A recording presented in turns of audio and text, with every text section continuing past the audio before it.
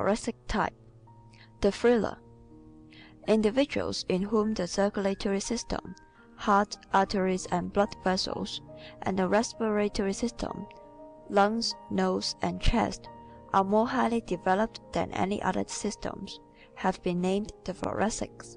This name comes from the fact that the heart and lungs, which constitute the most important organs of these two closely allied systems, are housed in the thorax, that little room made by your ribs for the protection of these vital organs. Physical resilience. A general elasticity of structure, a suggestion of sinews and physical resilience characterize this type. The florid-faced, high-chested individual. What is known as a red face, when accompanied by a high chest, always signifies large thoracic tendencies. The high color which in an adult comes and goes is a sure indication of a well-developed circulatory system, since high color is caused by the rapid pummeling of blood to the tiny blood vessels of the face. People with little blood, weak hearts or deficient circulation are not florid and must be much overheated or excited to show vivid color in their cheeks, betray their feelings. On the other hand, the slightest displeasure, enjoyment, surprise or exertion brings the blood rushing to the face and neck of him who has a large, well-developed blood system. How many times you have heard such a one say, "I am so embarrassed, I flush at every little thing. How I envy the rest of you who come in from a long walk, looking so cool." The man of great chest expansion. The largest part of this man's body is around the chest. See Chart 3. His chest is high for the reason that he has larger lungs than the average. Advantages of a high chest. The man of unusual chest expansion has one great physical asset. The person who breathes deeply has a decided advantage over the man who breathes deficiently. The lungs form the bellows or air supply for the body's engine, the heart, and with a deficient supply of air, the heart does deficient work. Efficient breathing is easy only to the man of large lungs, and only the high-chested have large lungs. Long-waisted people. A long waist is another thoracic sign, for it is a natural result of the extra houseroom required by the large lungs and heart. It is easily detected in both men and women. See Chart 3. If you are a close observer, you have noticed that some people appear to have a waistline much lower than others, that the belt line dividing the upper part of the body from the lower is proportionately much nearer to the floor in some than in others of the same height. Passing of the warp's waist.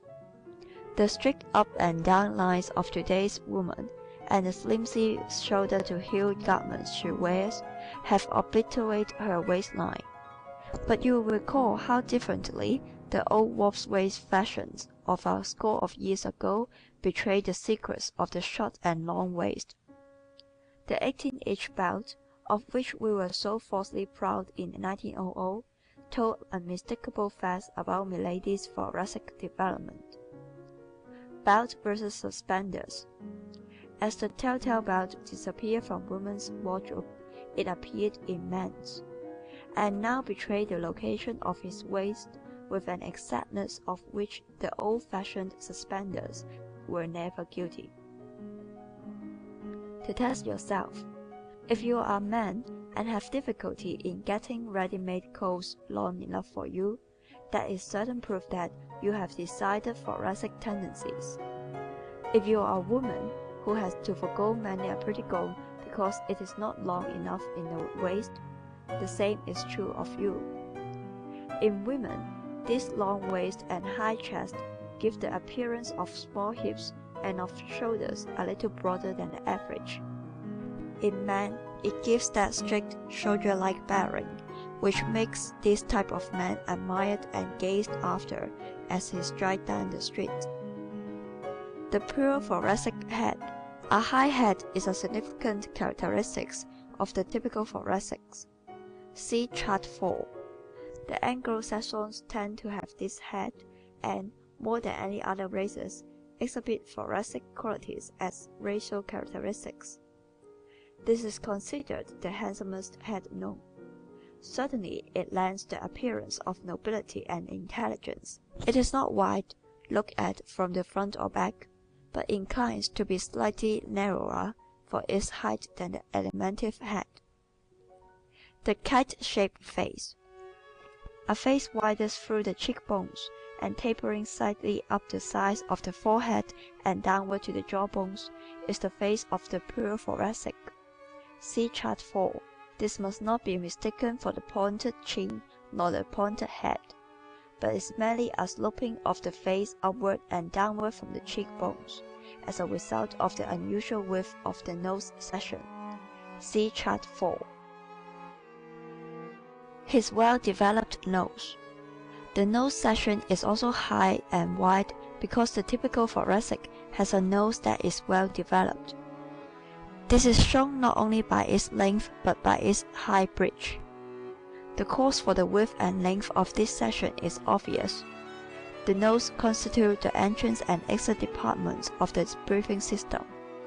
Large lung capacity necessitates a large chamber for the intake and expulsion of air. Signs of good lungs. Whenever you see a man whose face is wide through the cheekbones, with a long high-bridged open nostril nose, you see a man of good lung capacity and of quick physical energy.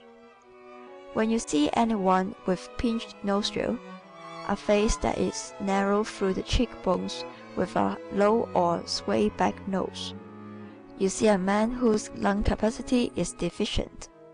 Such a person invariably expends his physical energy more slowly. Freckles, being due to the same causes as wet hair and high color, are further indication of thoracic tendencies, though you may belong to this type with or without them. The typical thoracic hand. The pointed hand is the hand of the pure thoracic. See Chart 4. Note the extreme length of the second finger and the pointed effect of this hand when all the fingers are laid together.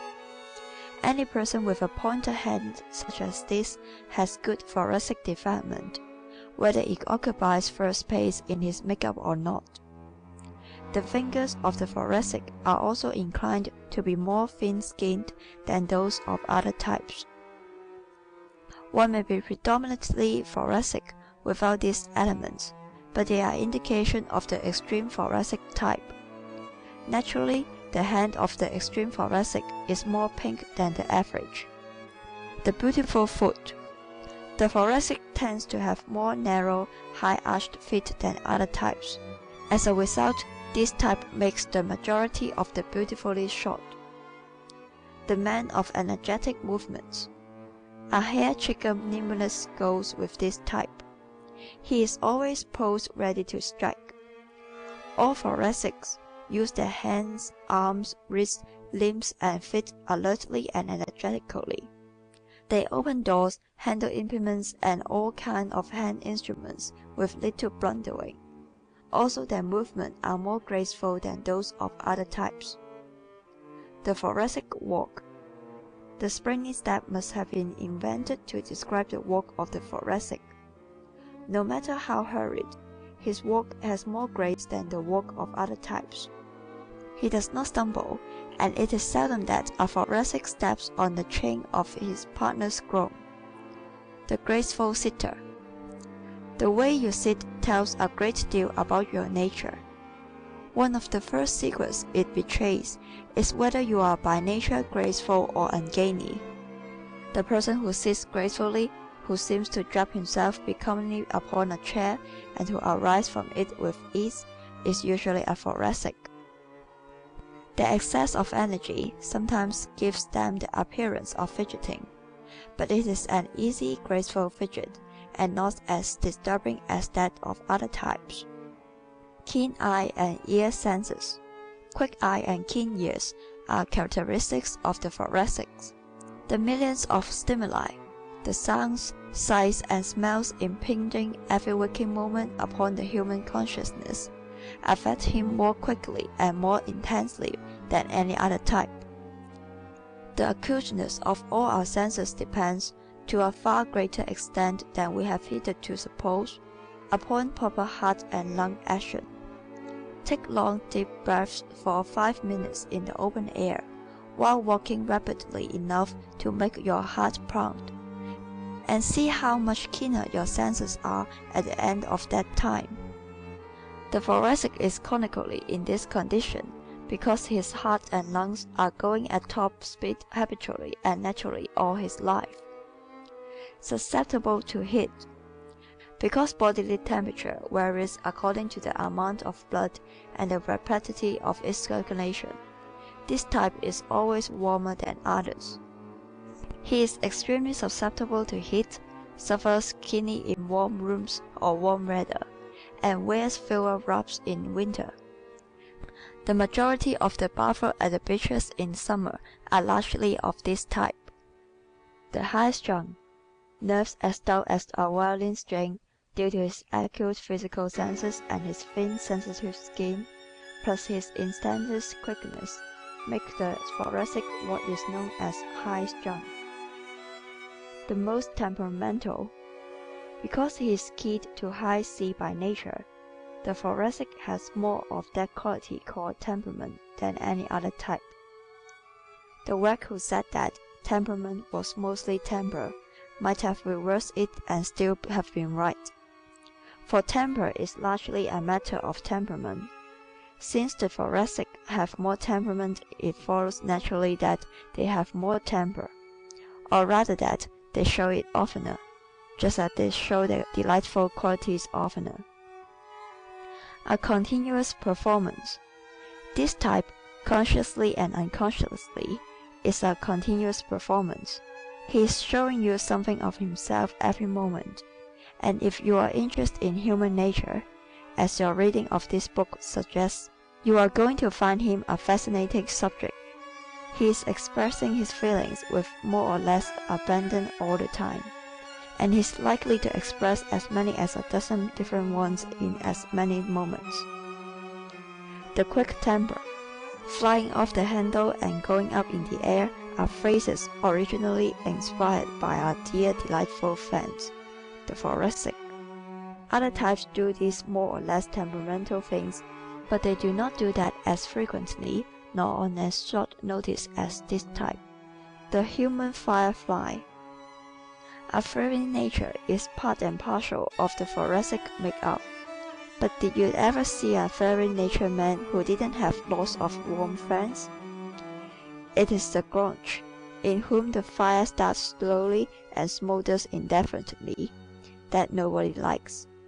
But the man who flares up, flame for a moment and is calm the next, never lacks for companion or devotees. The red-haired. One may belong to the thoracic type, whether his hair is blonde or brunette or any of the shades between. But it is an interesting fact that most of the red-haired are largely of this type. He didn't have red hair for nothing is a famous phrase that has been applied to the red-haired, quick-tempered thoracic for generations. You will be interested to note that this high color and high chest are distinctly noticeable in most of the red-haired people you know, certain proof that they approximate this type. As you walk down the street tomorrow, look at the people ahead of you, and when you find a red hair, notice how much more red his neck is than the necks of the people walking beside him. This flushed skin almost always accompanies red hair, showing that most red-haired people belong to this type. The flash in the pan. The red-haired man's temper usually expands itself instantly. His red-hot fierceness is over in a moment. But for every enemy he has two friends. Friends who like his flame, even though in constant danger from it themselves. Whereas the alimentive avoids you if he disagrees with you, the thoracic likes to tell you in a few hot words just what he thinks of you. But the chances are that He will be so completely over it by lunchtime that he will invite you out with him. Desire for approbation. To be admired and a wee bit envied are desires dear to the heart of this type. Everybody, to a larger or lesser degree, desires these things, but to no other type do they mean so much to this one. We know this because no other type, in any such numbers, takes the trouble or makes the sacrifice necessary to bring them about. S indicate desires. The ego of every individual craves approval, but the majority of the other types craves something else more. The particular something in each case depending upon the type to which the individual belongs.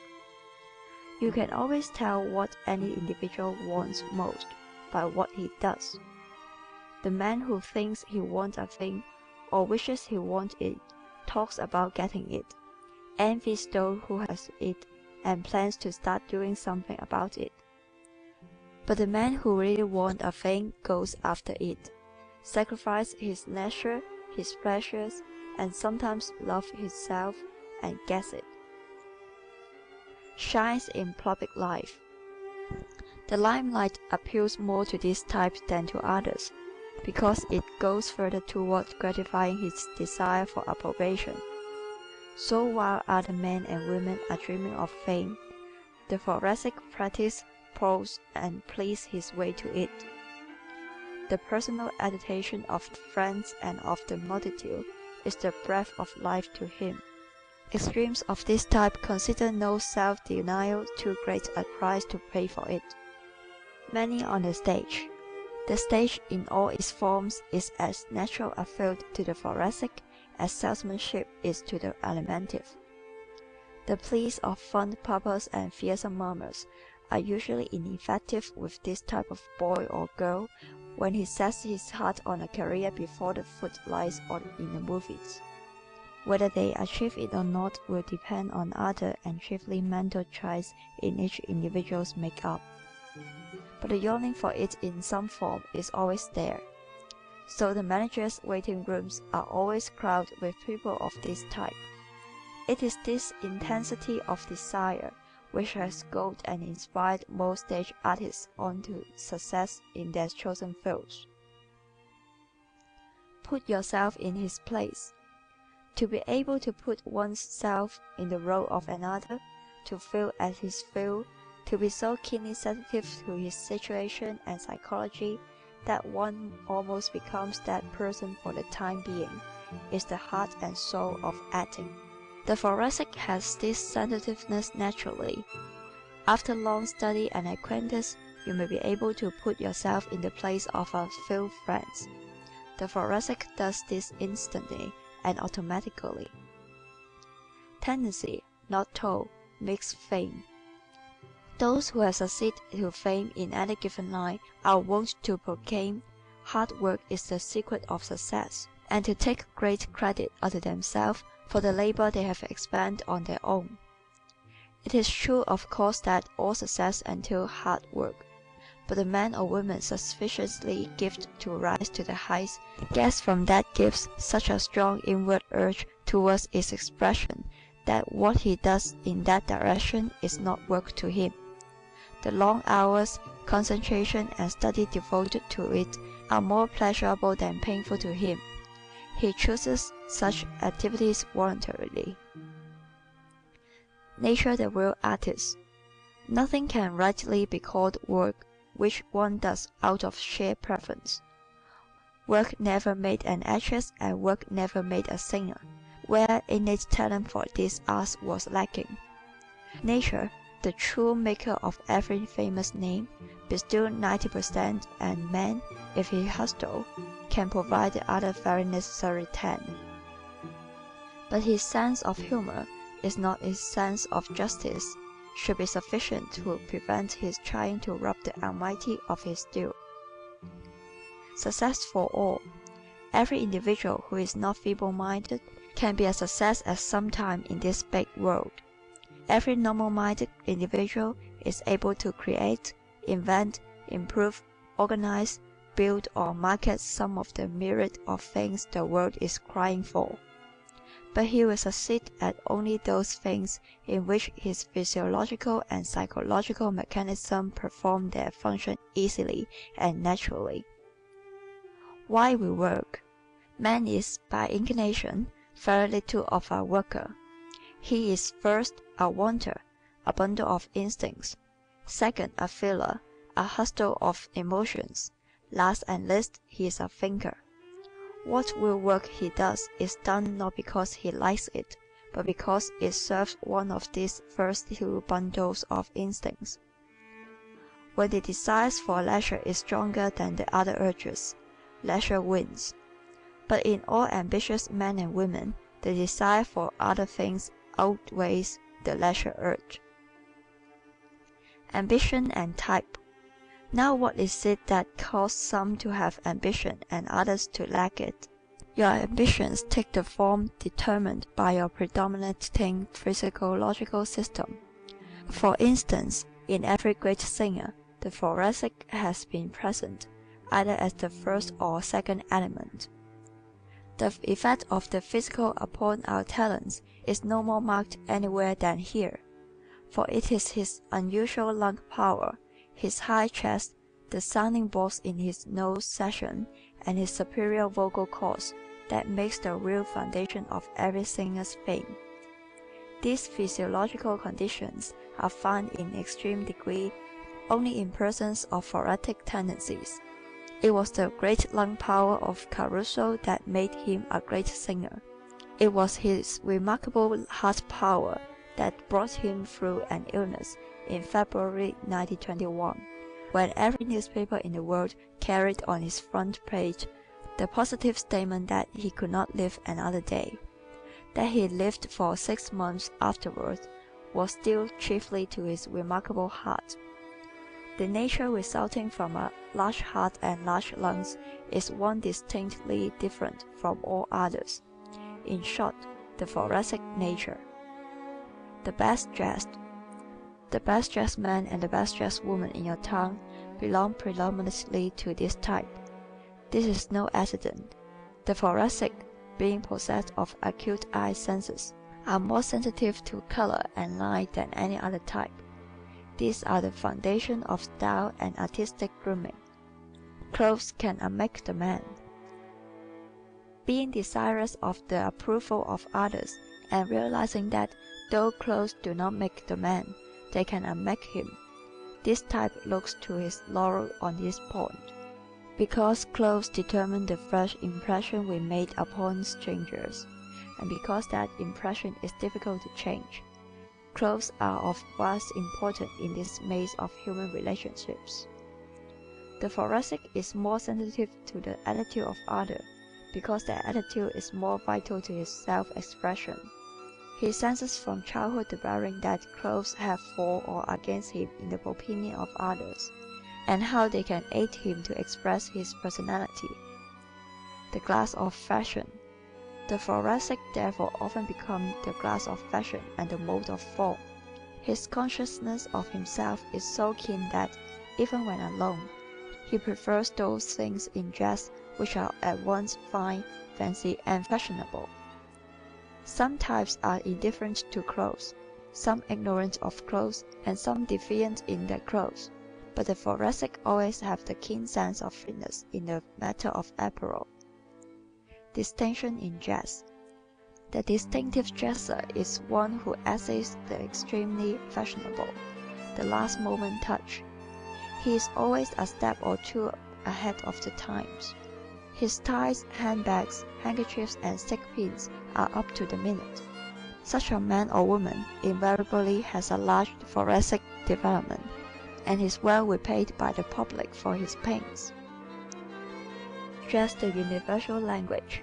The public looks more eagerly than we suppose to changes in styles and fads. It gives, in spite of itself, instantaneous admiration of a sort to those who follow the dictates of fashion. This being one of the quickest road to adulation, it is often utilized by this type. The newest in hairdressing. The latest thing in coiffures is always known by the thoracic woman, and because she is, more often than any other type, a beautiful woman, she can wear her hair in almost any style and find it becoming. So when puffs were the thing, this type of woman not only wore puffs, but the most extreme and numerous puffs. When the sticking to the face style was in vogue, she bought much bandoline and essayed the slickest and shiniest hair of all. When the ear bun raged, she changed those same paper-like curls overnight into veritable young silver cushions. Always on dress parade, with intent to keep the spotlight on himself, the thoracic is always on dress parade. He is vividly aware of himself. He knows what kind of picture he is making. He is seldom self-conscious in the sense of being timid. When he does happen to be timid, he suffers, by reason of his greater desire for approval, more acutely than any other type. Affectability, his keynote. Instantaneous reaction to stimuli, with all the reflex action resulting therefrom, constitute the keynote of this type. This makes an individual who is physiologically and psychologically affectable. Because life is full of all kinds of stimuli, acting during every waking moment upon every sense in the organism, any person who is high-strung finds himself in the midst of what might be called nerve bedlam. Gets the most out of everything. Because of this same highly sensitized makeup, the thoracic get more sensations out of every incident than the rest of us do. He experiences more joy in the space of a lifetime, but also more disappointment. The human violin. For the same reason that violin vibrates to a greater number of sounds than the organ, the thoracic is a more vibrant individual than others. He is impelled to an expressiveness of voice, manner, and action that often looks like pretense to less impulsive people. In other types it would be, but to the thoracic it is so natural and normal that he is often much surprised to hear that he has the reputation of being affected. A reputation for flightiness.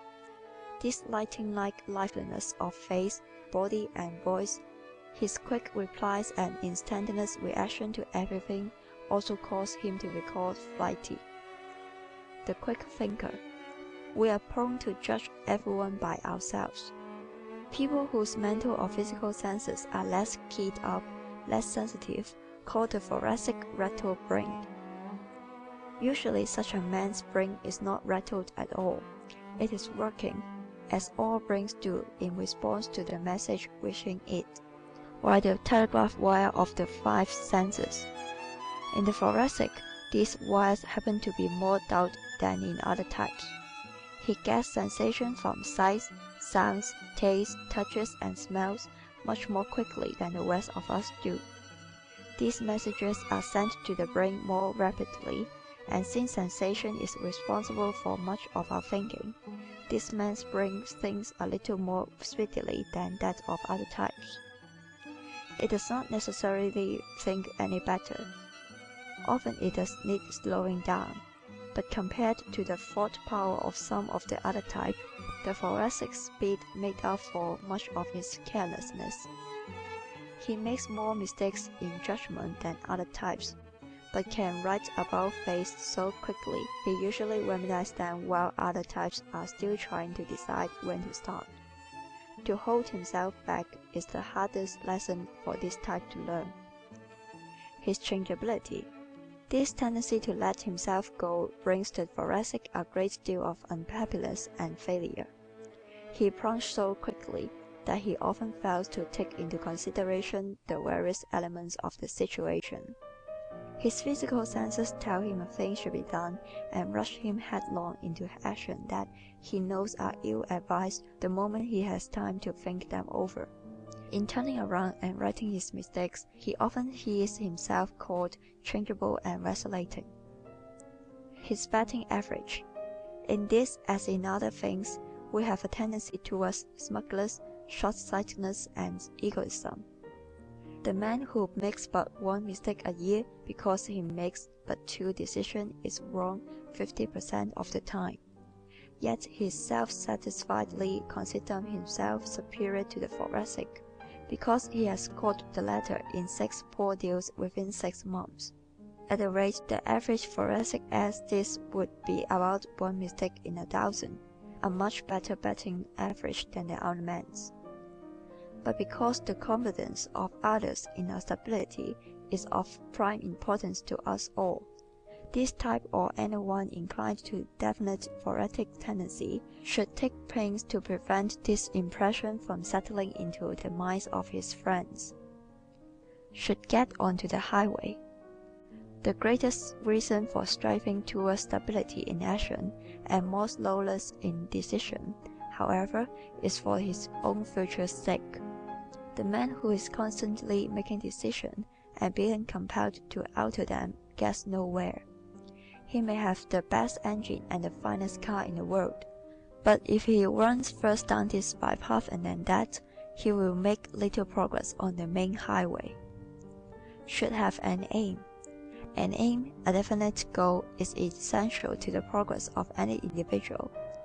It should be made with care and in keeping with one's personality, talents, training, education, environment, and experience, and having been made should be adhered to with the determination which does not permit little things to interfere with it.